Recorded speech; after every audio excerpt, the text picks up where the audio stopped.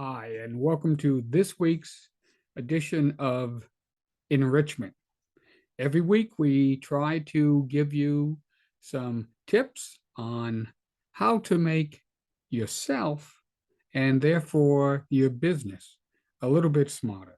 Because as small business people and entrepreneurs, that's the one advantage we can have over the big boys, is we can always be smarter than they are. So, this week, we're going to be talking about thinking outside the box. True breakthroughs often come from outside the box thinking. That allows us to reframe the problem and look at it from a different perspective. To engage in lateral thinking. Lateral thinking, a term first coined by Edward de Bono in 1967, means to think about problems in an indirect and creative way. Lateral thinking is, by definition, out of the box. So let me tell you a story that illustrates some out of the box thinking. There was a poor farmer, and he owed the bank a large sum of money, which he could not repay.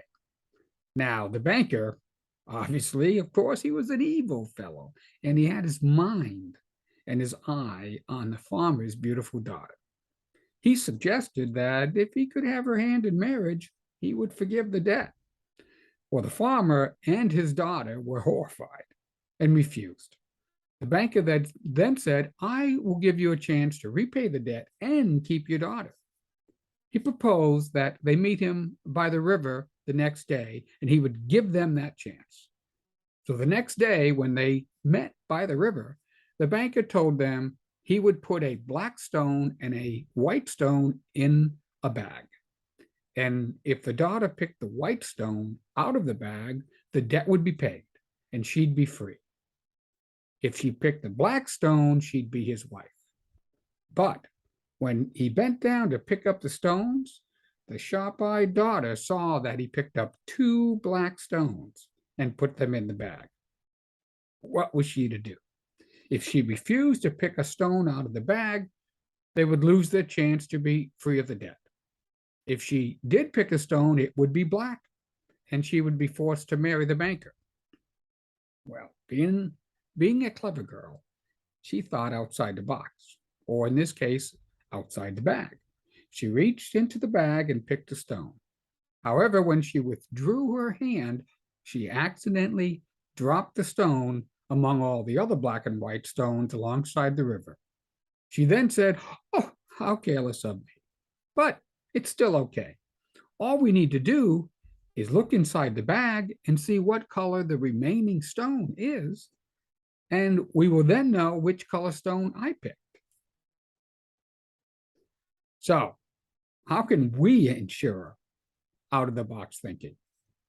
Well, there are several things that may keep us from thinking outside the box. Here are some of them. Number one, do we have a negative attitude? Are we perfectionists? Do we see everything as black and white? Do we immediately make assumptions and stick to them?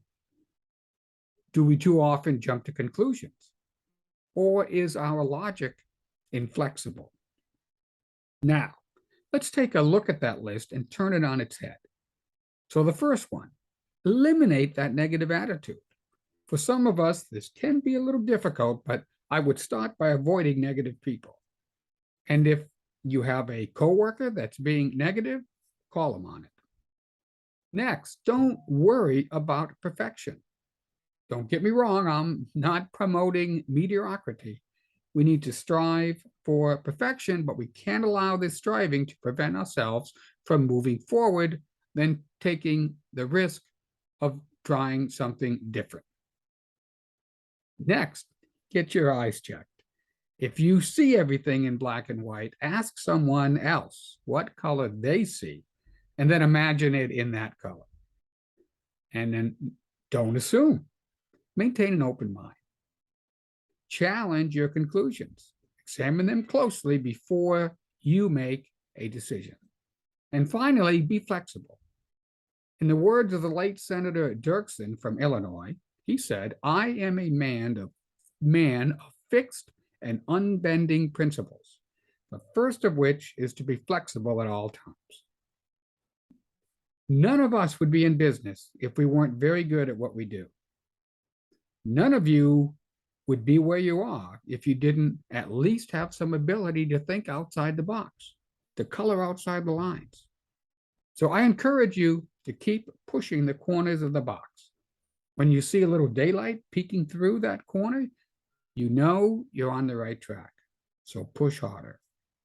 If it gets uncomfortable, that's a good thing.